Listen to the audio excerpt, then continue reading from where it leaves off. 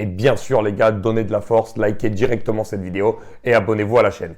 Maintenant, on est parti pour la reconstruction d'Hansi Flick avec le FC Barcelone. Let's go!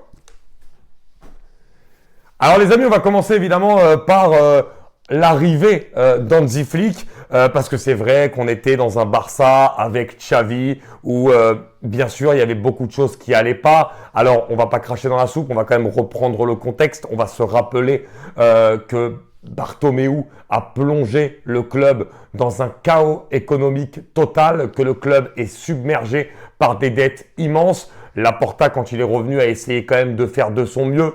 L'arrivée de Xavi, le fait quand même d'avoir regagné un titre sur la scène nationale, notamment avec cette Liga, et aussi l'arrivée de joueurs, notamment lors du Mercato, où Lewandowski, Koundé, Rafinha sont arrivés, où il y avait eu au moins 150 millions de mis sur le Mercato. 6 mois avant, on avait eu Ferran Torres aussi pour 50 millions, avec les Aubameyang, Adama Traoré, qui avait fait 6 super mois. Mais voilà, au final, c'était pas mal au début, mais après, on est rentré dans un système avec Xavi où tu sentais que c'était vraiment le résultat qui était plus important que le jeu. Et ça, on sait que pour les Coolers, pour les socios du Barça, c'est quelque chose qui ne marche pas. Le socios du Barça, il est attaché avant tout, avant même le résultat, à la qualité de jeu sur le terrain. Et finalement, on arrive aussi dans une génération où le Barça ne peut plus dépenser sur le mercato, mais où d'un autre côté, le Barça a une très grosse génération de jeunes Massian. La Masia, évidemment, qui, je le rappelle pour ceux qui ne le connaissent pas, est le centre d'entraînement, enfin, le centre d'entraînement, on va dire, oui, du FC Barcelone, mais surtout, voilà, le centre de formation du FC Barcelone qui s'appelle la Masia et où tous les petits jeunes sortent. Par exemple, des mecs comme Iniesta, Xavi, Busquets, à l'époque, ont pu sortir de ce centre de formation-là. Messi également. Et là, on a toute une nouvelle génération qui arrive.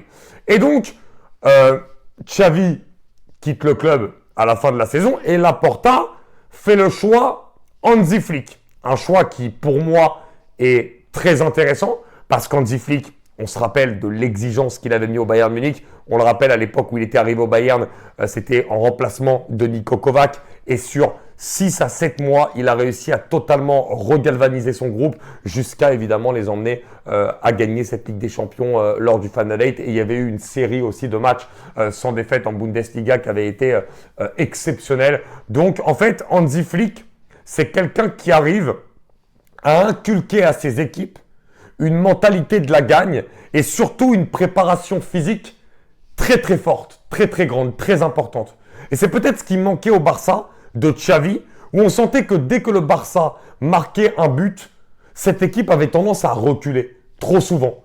Et qu'on voyait aussi que physiquement, il y avait des gros manques. On voyait qu'il y avait des joueurs qui n'étaient pas au niveau. On voyait que des fois, dans les courses, dans la répétition des efforts, ça marchait pas. Et si vous vous rappelez bien, à l'époque, dans le Barça, notamment de Pep Guardiola, on avait cette tendance surtout à avoir un très gros pressing. Pep Guardiola disait très bien, l'équipe courra moins sur le terrain quand elle aura le ballon. Donc le but, c'est de récupérer le plus vite le ballon dès que tu le perds.